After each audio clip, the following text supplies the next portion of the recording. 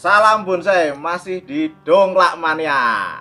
Oke, sahabat bonsai, saat ini kita akan memberikan sedikit tips cara wearing sik bener piye toh. Jadi banyak teman-teman wearing atau membuat gerak dasar sik malah intinya selain dia tanaman itu tergerakkan oleh kawat kita, tapi apakah kawat itu akan membunuh atau memutus alur makanan karena kita ada kesalahan atau lengawati kleru. Nah, kita akan memberikan sedikit tips lengawati sing rada tepat piye kayak gitu. Jadi simak wae Dongklak Mania pada video kali ini. Jangan lupa untuk sahabat bonsai saya lagi buka channel Dongklak Mania, jangan lupa klik tombol pojokan kayak subscribe, lonceng, share ning kanca-kanca sik oke.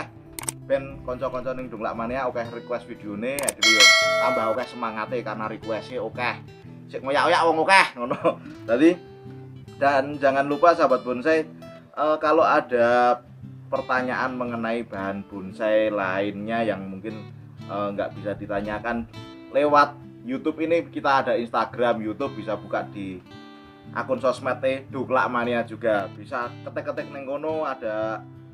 Soalnya neng YouTube kan kita nggak bisa saling kirim gambar, tapi kalau di Facebooknya Dongklak Mania, jenengan teman-teman semua bisa kirim gambar, mungkin ada pertanyaan lain-lain kirim ke gambar ono keluhan apa di bahan bonsai teman-teman, insya Allah kita akan jawab di YouTube ataupun di IG ini kita Dongklak Mania. Oke, langsung aja kita masuk ke tahap proses ngawati bahan bonsai serut.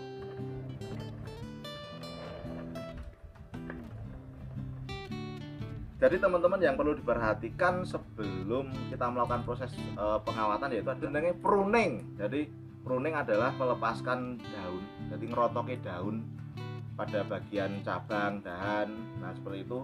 Tujuannya adalah mengurangi stres karena apa yang kita tekuk nanti itu dia stres belum siap, ataupun dia siap membeli suplai makanan ke daun, dari akar ke daun, tapi biasanya akan stres kalau semama kita ada patahan, tekuan. Selain itu adalah fungsi pruning adalah kita melihat percabangan ini lebih detail karena nggak tertutupi godong-godong. Jadi fungsinya itu.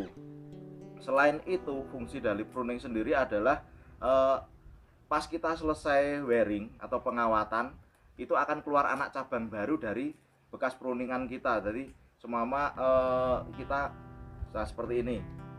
Nah seperti ini kita rontoki daunnya. Ini kan cuma ada sekitar 2 cabang di sini.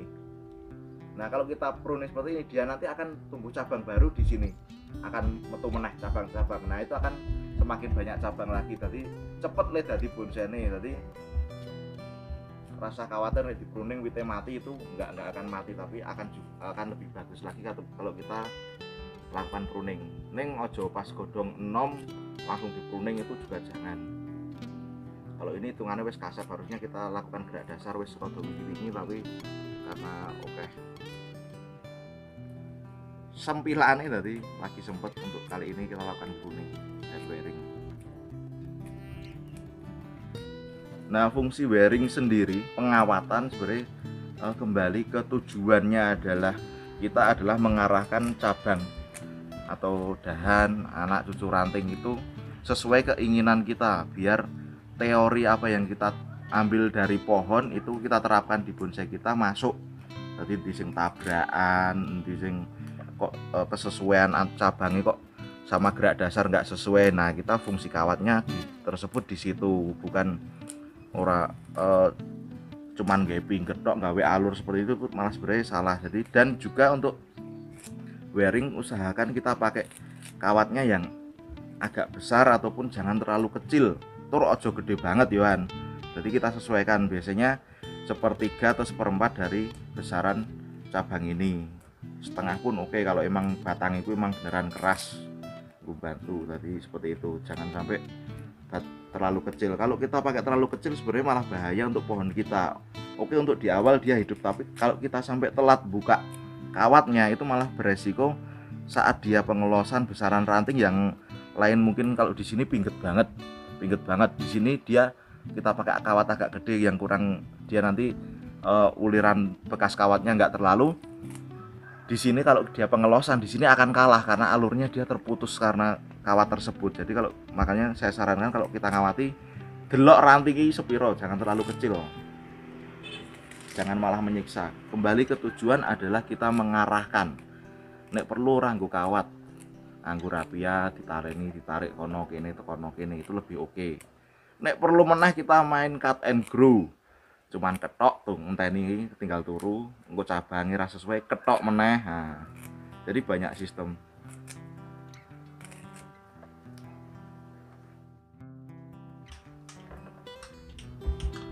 Nah, di sini kita akan melakukan proses gerak dasar dulu. Jadi kembali ke tujuan adalah kita melakukan gerak dasar adalah pembukaan cabang dahan. Nah, seperti itu kita arahkan fungsi ini kuwi. Dan sesuai dengan gerak dasar pohon yang udah ada di sini bentuknya mekungkung. Nah, ini yuk kita berarti kan dia di sini kelihatan alurnya, dia lari ke sini, berarti kita ada buangan nanti ke sini. Alurnya ditutke wae itu kan enak.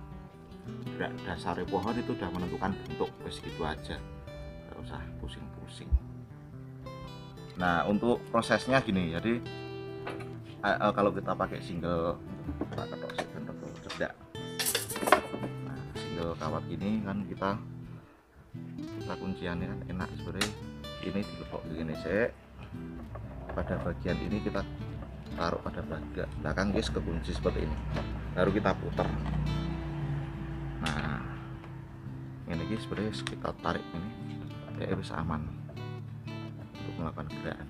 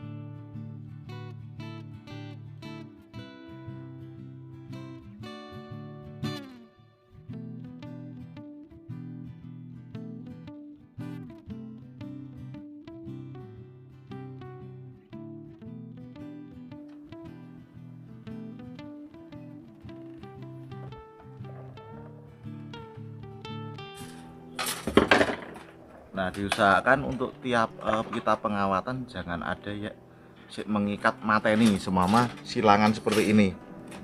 Ini kan dia alurnya kita harus alur semua. Cuma kita putaran ke kanan semua seperti itu. Jadi cuma ini dia kita putaran ke kanan. Nah, kita jangan sampai nyilang seperti ini. Jadi wet ini akan mati karena dia nggak ngalur seperti itu. Jadi wetnya kegencat. Nah, ini nanti alurnya akan terputus seperti itu. Dan usahakan kalau kita pengawatan, tumpukan kawat itu harus rapi ya. Jadi semua seperti ini, dia harus gandet. Jadi di sini masih ada space untuk dia pertumbuhan. Kalau ini kita ada space-nya terlalu jarak jauh, nanti takutnya wit ini lagi. Nah, itu kan sebenarnya malah waktu kita pembongkaran kalau dia mengembang itu malah jepit di kawat. Kalau kita buka kawatnya besok dia akan malah biasanya terus kulitnya ngelocop mati seperti itu. Nah, seperti ini kita rapikan. Nah, terusannya adalah kalau kita mau meneruskan pada bagian ini ada dahan sebelah sini dan sini ini kawatnya, karena kalau ini kita pakai kawat gede sampai sini ini kan nggak proporsi dengan cabangnya. Saya putus di sini, kita sesuaikan dengan cabangnya. Di sini saya pakai ukuran 3. Pada bagian ini sesuaikan dengan batangnya. Yang penting jangan terlalu kegedean. Kita kawati.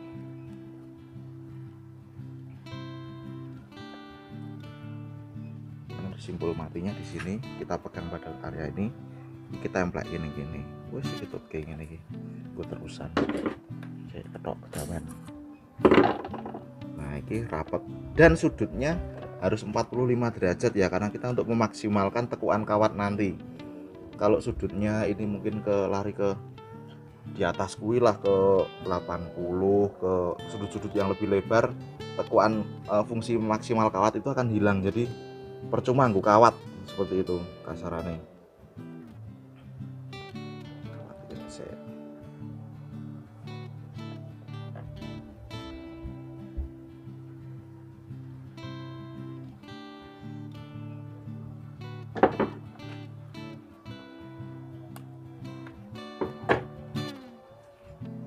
Nah, semua ada terusan ini, ada 2 cabang seperti ini. Nah, kita pakainya kayak ini di atas sing belakangnya lah.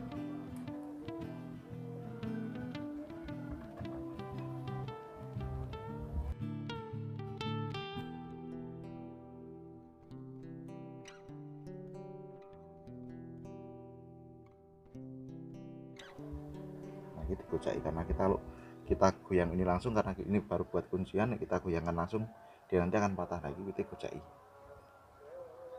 lagi, diputer.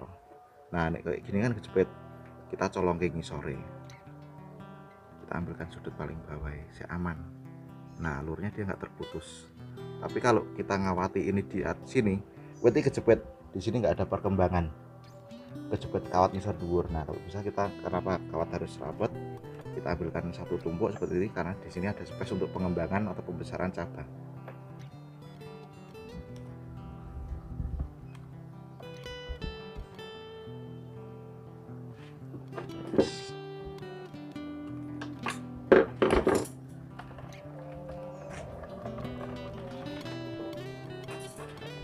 Nah, untuk area yang bawah ini golek cangkul kilpok dulu kira sampai ujung.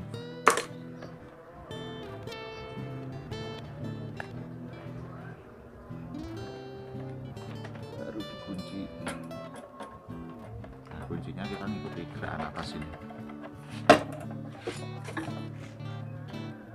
Seperti satu alur satu tumpuk, dilihat pun rapi seperti itu. Saya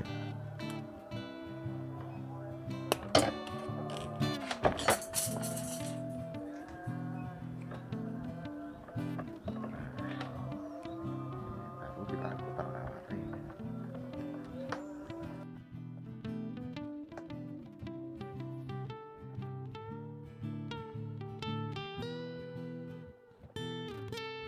Nah, kalau kenapa di pohon ini saya ikat ya, karena kalau kita pohon ini batangnya agak lumayan besar, terus kita pakai pot agak kecil, nek radi diikat ini kita surum gini witnya kedongkel.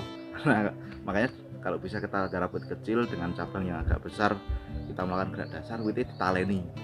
Nek ra golek kanca tangga teparo kira-kira wong 10 kon goceke wit cilik mau kan tangane akeh to. Nah, kuwi ora bakal rungkat wite.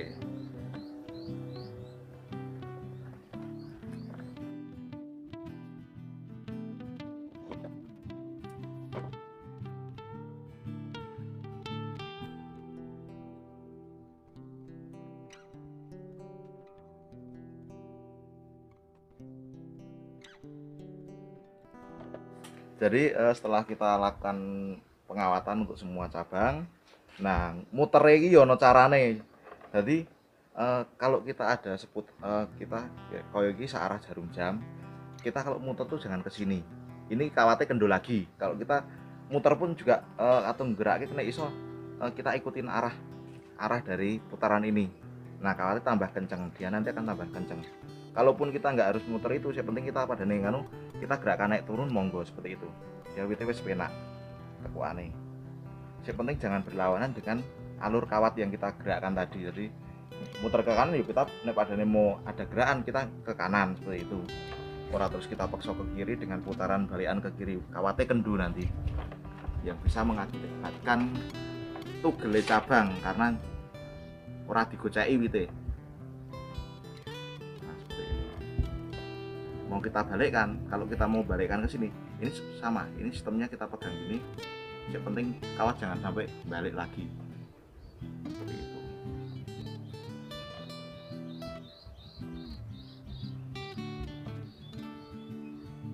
Kita buat pola dulu, setelah itu nanti kita baru perbaikan. Gerak dasar ini.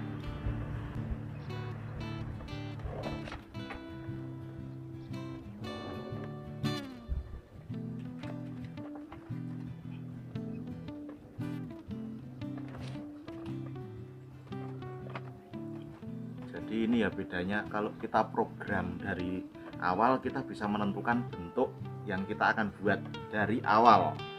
Tapi kalau kita dapat dongkelan atau bahan di alam, nah kita harus menyesuaikan bentuk dari gerak dasar pohon yang kita dapat. Bedanya itu.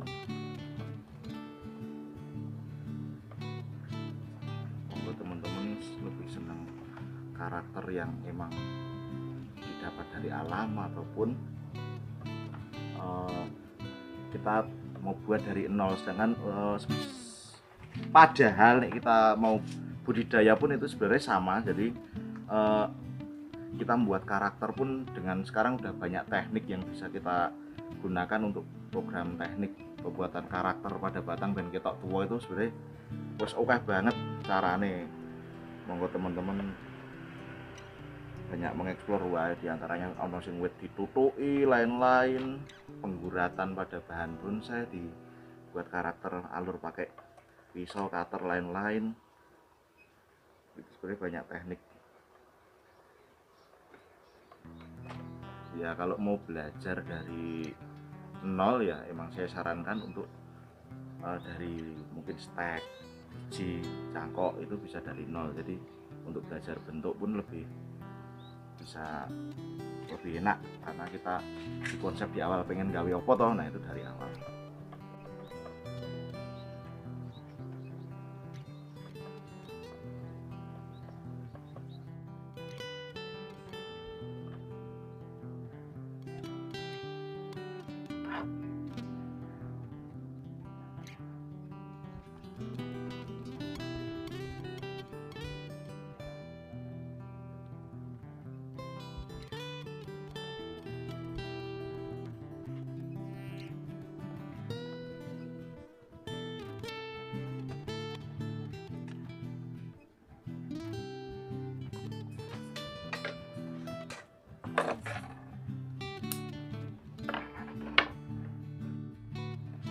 Jadi demikian untuk proses wearingnya atau pengawatan bahan bonsai serut ini. Untuk perawatan tetap biasa, jadi nanti kita ada penambahan pupuk biasanya itu.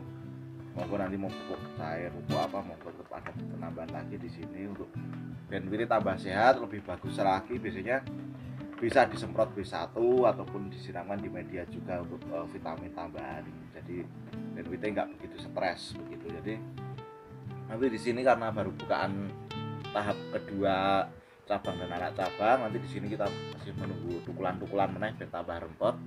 Nah, di sini udah kelihatan dari wite iki bentuknya mekungkungi ngene dan ini ada tegak lurus. Jadi untuk percabangannya kita ikuti pada bagian ini dari mekungkung terus lurus. Nah, kita ikuti wae wite otomatis kita nggarap wite lebih penak dan di sawang wite rada penak ataupun penak seperti itu.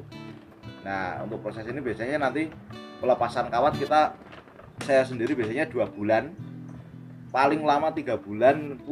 Untuk processing biasanya batang-batang gede itu biasanya bisa lari ke 3 bulan. Sebenarnya 2 bulan pun sebenarnya kita efisiennya lebih baik untuk bongkar kawat sekalian pruning lagi dan seleksi cabang itu akan lebih bagus lagi untuk keluaran anak cabang dan cucu ranting nanti. Oke, demikian untuk proses pengawatan untuk bahan bonsai serut ini, dan tetap nantikan terus channel Paling Toba Bonsai mengenai bahan bonsai lainnya, trik dan tips mengenai perawatan, budidaya dan lain-lain di Dongklak Mania. Jangan lupa sharekan ataupun subscribe untuk yang baru buka Dongklak Mania. Terima kasih sudah menonton video kali ini. Salam bonsai.